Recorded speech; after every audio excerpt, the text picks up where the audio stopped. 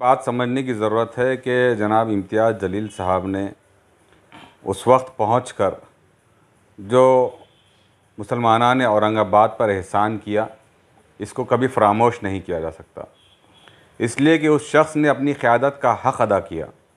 ये मैं इसलिए नहीं कह रहा हूँ कि मैं एक शहर सदर हूँ मजलिस इत्तेहादुल मुस्लिमीन का, इसलिए बल्कि मुनसिफ़ाना अगर आप उस हालात का जायज़ा लेंगे तो आपको इस बात का अंदाज़ा होगा कि अगर उन्हें उस वक्त वहाँ नहीं पहुँचते तो न सिर्फ औरंगाबाद बल्कि पूरे मुल्क में फ़िरक़ा परस्ती की आग लग जाती और उसका सीधा इल्ज़ाम जो है तो मुसलमानों पर आया होता।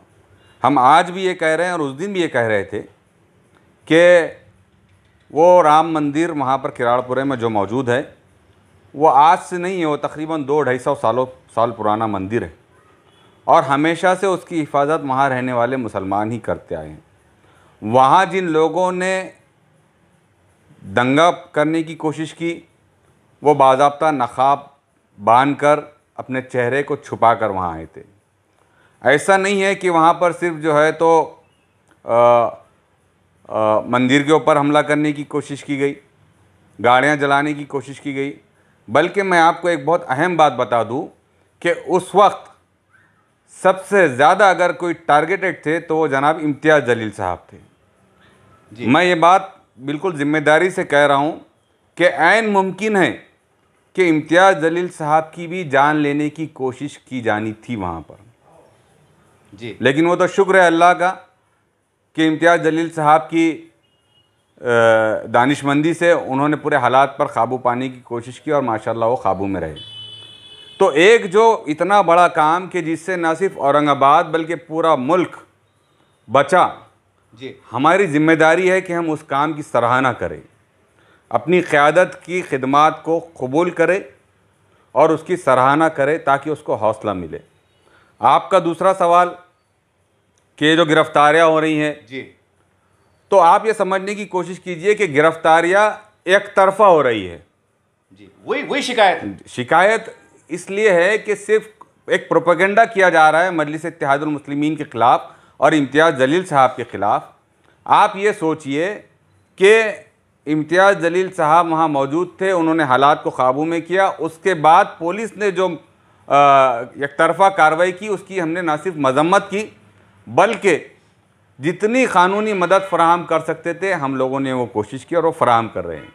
बुनियादी तौर पर इस वक्त जो गिरफ़्तारियाँ हो रही हैं वो पुलिस की एक तरफ़ा गिरफ़्तारियाँ हैं, वो रुकनी चाहिए। क्यों तो FIR में हिंदू और मुसलमानों का झगड़ा बताया गया। हमारा बोलना है कि अगर जब दो समाजों में झगड़े होते हैं तो गिरफ़्तारी भी दोनों तरफ से होनी चाहिए, गिरफ़्तारी सिर्फ एक तरफ से क्यों हो रही है? इससे और अहम बात यह है कि झगड़ा शुरू करने वाला गिरोह जो वहाँ पर तकरीबन 1-1.5 घंटा पहले पहुँचा था जी, उन्होंने मुसलमानों को इश्तियाल अंगेज़ दिलाने वाले नारे लगाए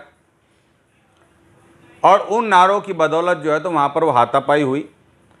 हमारा पुलिस, औरंगाबाद पुलिस से ये कहना है कि आप बहुत CCTV फुटेज के ऊपर कई नौजवानों को गिरफ़्तार कर रहे हैं, क्या आपने अभी तक वो CCTV फुटेज हासिल नहीं किया कि जिसमें जो है तो रामनवमी के ऊपर कुछ नौजवान आते हैं, जय श्री राम के नारे लगाना चाहिए, उनका अपना त्यौहार है, इसमें कोई प्रॉब्लम नहीं है।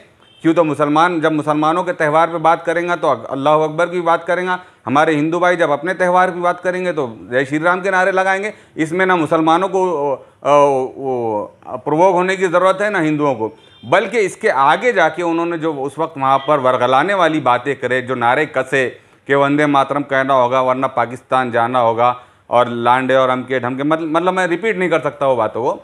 तो हमारा औरंगाबाद पुलिस से सीधा डिमांड ये है कि वो जो नौजवान वहाँ पर आए थे और उन्होंने वहाँ पर खड़े होकर जो नारेबाजी की थी, क्या उनके खिलाफ़ कार्रवाई नहीं होनी चाहिए? आप पूरी क्रोनोलॉजी को समझने की कोशिश कीजिए जी, पूरे सिलसिलावार इस वाक़े को समझने की कोशिश कीजिए। ये प्लानिंग उसी वक्त हो गई थी औरंगाबाद के हालात को ख़राब करने की, जब औरंगाबाद का नाम बदलने का ऑर्डर आया था।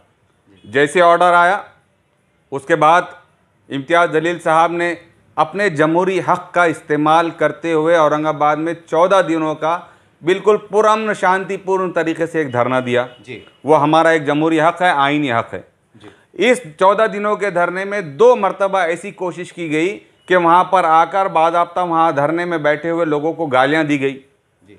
वहाँ आकर वहाँ झंडा लगाने की कोशिश की गई, लेकिन इसके बावजूद इम्तियाज़ जलील साहब ने उसको नज़रअंदाज कर दिया। खामोशी से और पुरअमन तरीक़े से हमने वहाँ पर कैंडल मार्च निकाला।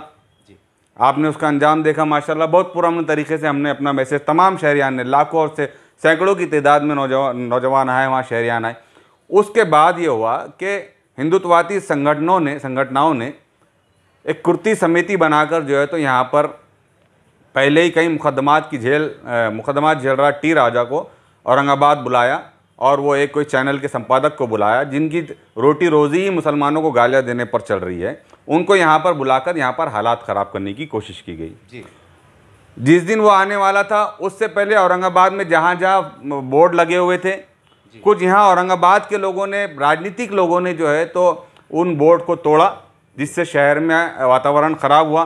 तो पुलिस को देखने की ज़रूरत है कि इससे पहले क्या क्या एक्टिविटीज़ हुई जी, और उनके ऊपर जो केस दर्ज हुआ, तो क्या वो लेडी जिसने जो है तो फेम तापड़िया थिएटर के पास औरंगाबाद बोर्ड को तोड़ी थी, क्या वो अरेस्ट हुई?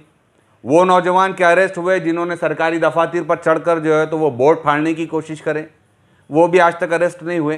तो असल में जो गुस्सा है तो ये पुलिस के एक तरफा कार्रवाई का गुस्सा है, और इसको जो है तो कुछ विरोधी पक्ष के लोग जो है तो इसको इम्तियाज़ जलील साहब के नाम पे मढ़ने की कोशिश कर रहे हैं, जो हम समझते हैं कि खिसियानी बिल्ली खंबा नोचे वाला मामला है। इसलिए कि मजलिस इत्तेहादुल मुस्लिमीन जब से औरंगाबाद में आई है इम्तियाज़ जलील साहब की क़यादत में, तब से तमाम सियासी दुकानें इनकी बंद हो गई है।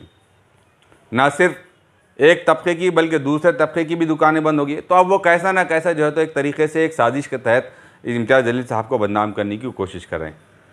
सर, मगर ये आपने बता दिए, सारी बात है और सोशल मीडिया पे बात चल रही है, लोगों में जो गुस्सा है, जो हमने सर्वे किया है, जो बात चल रही है कि खादर साहब का उस तरह का बयान आना कि बटन प्लेयर नशे के, तो वो बॉडी लैंग्वेज से ऐसा लग रहा था कि पूरा किराड़पुरे के अंदर अक्सरियत नशा प्लेयरों की है, बटन प्लेयरों की है। आप नहीं कह रहे हैं, ठीक है, और जो लोग कह रहे हैं मैं उनको ये बात समझाने की कोशिश करूँगा कि उस पूरे इलाके को नहीं कहा गया जी, पहली बात जी। और देखिए जो लोग काम करते हैं, और जब वो हालात पर जो मौके पे मौजूद थे, जाए वारदात पर मौजूद थे, तो उन हालात का अंदाज़ा इम्तियाज़ जलील साहब और उनके साथियों को था जी, कि जो नौजवान किसी हाल नहीं मान रहे थे। अच्छा, ये भी तय नहीं है कि वो ज़रूरी नहीं है कि वो मुसलमान ही हो जी, इसलिए कि वो नकाब में थे जी, उनकी कोई आज तक पहचान नहीं हो पाई है। तो हम अपने ऊपर उसको लेने की बजाय एक हमारी क़यादत ने अगर आईना दिखाने की कोशिश की है हर समाज को, न सिर्फ मुसलमानों को, बल्कि हर समाज में नशा आवर लोग होते हैं, इसका ये मतलब नहीं है कि वो पूरा समाज या पूरा इलाका वो नशा आवर लोगों का है। इस चीज़ को समझने की ज़रूरत है। ये कुछ लोग जो इम्तियाज़ जलील साहब को बदनाम करने की कोशिश कर रहे हैं, वो उस बयान को तोड़ मरोड़ कर पेश करने की कोशिश कर रहे हैं। देखिए, अगर कोई एक मोहल्ले में एक नशेड़ी पकड़ा जाता है तो ज़रूरी नहीं है कि वो पूरा का पूरा मोहल्ला नशेड़ी हो जी। ये बिला वजह कि एक जो किराड़पुरा जो हमारे लिए माशाल्लाह तकरीबन उस इलाके में बहुत काम होता है, दीन का काम होता है, लाखों करोड़ों रुपए का कारोबार होता है, वहाँ पर लोग कारोबार से लगे हुए, ये गैर ज़रूरी तौर पर जो है तो इमाम को बदनाम करने की कोशिश की जा रही है। इम्तियाज़ जलील साहब का क़स्दन ये मंशा नहीं है कि वो पूरा इलाका, हाँ, जो नौजवान नशे की लत में इस कदर मुब्तला हो गए हैं कि उनको सामने कुछ नज़र नहीं आता और वो जान लेने या जान देने पर आमादा होते हैं, तो उनको तो जो वो कर रहे हैं वो तो बताएंगे, और यही हक़ है और यही दीन है कि हक़ को हक़ तो हमको कहना पड़ेगा, चाहे फिर मामला हमारे सगे भाई का क्यों ना हो। तो मेरी उन लोगों से दरख्वास्त है कि जो लोग इस किस्म के बहकावे में आ रहे हैं, आप थोड़ा सा एक वसीउल क़ल्ब से, एक बड़े जहन से, एक बड़ी सोच के साथ और अपनी क़यादत पर एतमाद करते हुए इस बात को समझने की कोशिश करें कि इम्तियाज़ जलील साहब ने चंद नौजवानों की बात कही है, और ये ज़रूरी नहीं है कि वो सिर्फ मुस्लिम समाज के नौजवानों की बात कही है, उन्होंने हर समाज के बटन प्लेयर्स की। और जो गिरफ़्तारियाँ हो रही है वो बेगुनाहों की गिरफ़्तारियाँ हो रही है, हम उसकी साफ़ अल्फाज में मज़म्मत करते हैं। हम शुरू से एक बात पुलिस को कह रहे हैं कि गिरफ़्तारियाँ एक तरफ़ा नहीं होनी चाहिए, गिरफ़्तारियाँ दो तरफ़ा होनी चाहिए, जिन्होंने भी कसूर किया उनकी होनी चाहिए।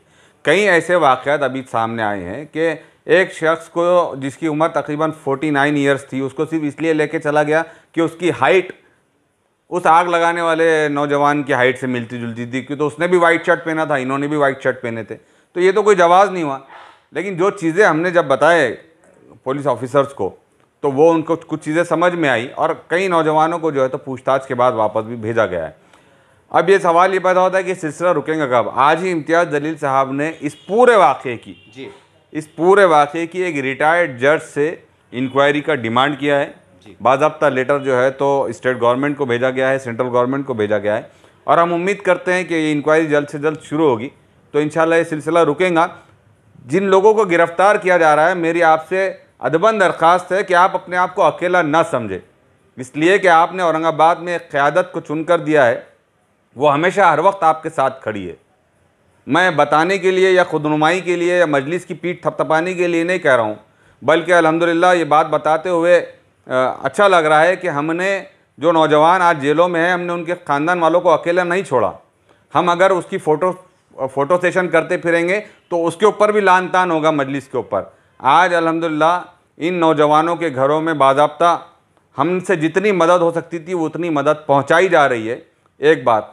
नंबर 2 ये कि जैसे जैसे इनके बेल का सिस्टम बढ़ेगा आगे, इनके लिए सॉल्वेंसी लगेंगी, गारंटी लगेंगी, उस किस्म की भी तमाम तैयारियां जो है तो मजलिस इत्तेहादुल मुस्लिमीन के ज़िम्मेदारान अपनी अपनी सतह पर कर रहे हैं।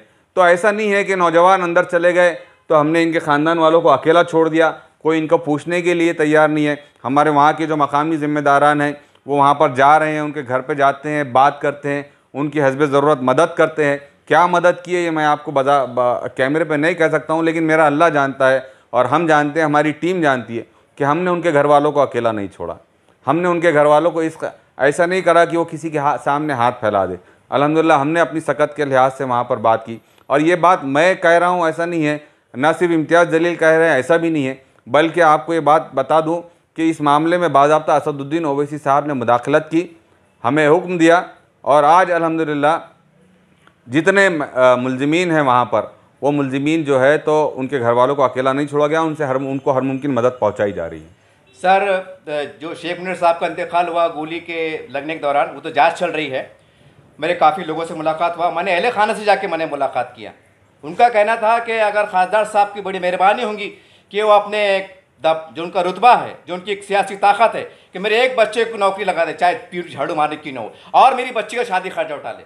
ये उनकी वालदा कहना था। मैं चश्मित गवाह हूँ, क्या मैं खुल कर पूछ रहा हूँ कि खासदार साहब बोलिए या इमाम मिलकर उस गरीब बच्ची की शादी का खर्चा उठाएंगी, नौकरी दिलाने की कोशिश करेंगी? देखिए, हर अमल इम्तियाज़ जलील करे ये ज़रूरी नहीं है। नहीं सर, लोग इम्तियाज़ जलील के जितने हम चाहने वाले हैं, मजलिस इत्तेहादुल मुस्लिमीन के जितने हम वॉलंटियर्स हैं, हमारे काम भी उन्हीं के अकाउंट में जाते हैं। हमारा एक एक अमल जो है तो इम्तियाज़ जलील साहब के अकाउंट में जाता है, इसलिए कि हम उस क़यादत के पीछे लब्बैक बोल के खड़े हैं, उसकी आवाज़ पे हमारी आवाज़ होती है। इसीलिए हमारे हर अमल को भी आप ये ना समझे कि वो हमारे इंडिविजुअल अमल है, हमारा ज़ाती अमल है, बल्कि जितनी एक्टिविटीज़ इस वक्त हो रही है मजलिस इत्तेहादुल मुस्लिमीन की, वो इम्तियाज़ जलील साहब के आदेश पर हो रही है। और मैं आपको ऑन कैमरा ये बात कहना चाहूँगा कि चूँकि वो एक बेगुनाह हमारे भाई का जो है तो इंतकाल हुआ है, वो घर में कुंडी लगाने के लिए उतरे थे, बदकिस्मती से गोली का निशाना बन गए। जांच तो इस बात की भी होनी चाहिए कि गोलियां हमेशा पैर पर लगनी चाहिए, इनके पेट में कैसे गोली लगी। इस सिलसिले में भी बाज़ाब्ता इम्तियाज़ जलील साहब ने लेटर लिखा। इतना ही नहीं बल्कि उस हमारे मरहूम भाई के रिश्तेदारों के साथ इम्तियाज़ साहब तकरीबन 4 घंटे मौजूद थे पोस्टमार्टम डिपार्टमेंट में। और मैं आपको बता दूं कि हम पूरी कोशिश कर रहे हैं कि उनको माली मदद पहुंचाएं, इसलिए कि वो घर के एक अकेला कमाने वाला नौजवान था, साथी था हमारा, आज उसके बच्चे यतीम हैं। तो ये एहसास आप ऐसा ना समझे कि सिर्फ हम अपनी क़यादत को टारगेट करेंगे, तनकीद का निशाना बनाएंगे, उसको बुरा भला कहेंगे। जो एहसास आपके पास है वही एहसास मेरे पास है, वही एहसास हमारे तमाम वॉलंटियर्स के पास है, इम्तियाज़ जलील साहब के पास है। और सबसे बड़ी बात यह है कि हैदराबाद में बैठे बैठे असदुद्दीन ओवैसी साहब बाज़ाब्ता यहाँ की खैरियत ले रहे हैं। तो हम इंशाल्लाह पूरी कोशिश करेंगे कि उस हमारे मरहूम भाई के अहल खाना को माली मदद फराहम करें। साथ ही साथ उसकी लीगल फ़ाइट में भी इम्तियाज़ जलील साहब ने कहा कि जहाँ कहीं भी उनकी मदद की ज़रूरत पड़ती है वो ज़रूर मदद करेंगे।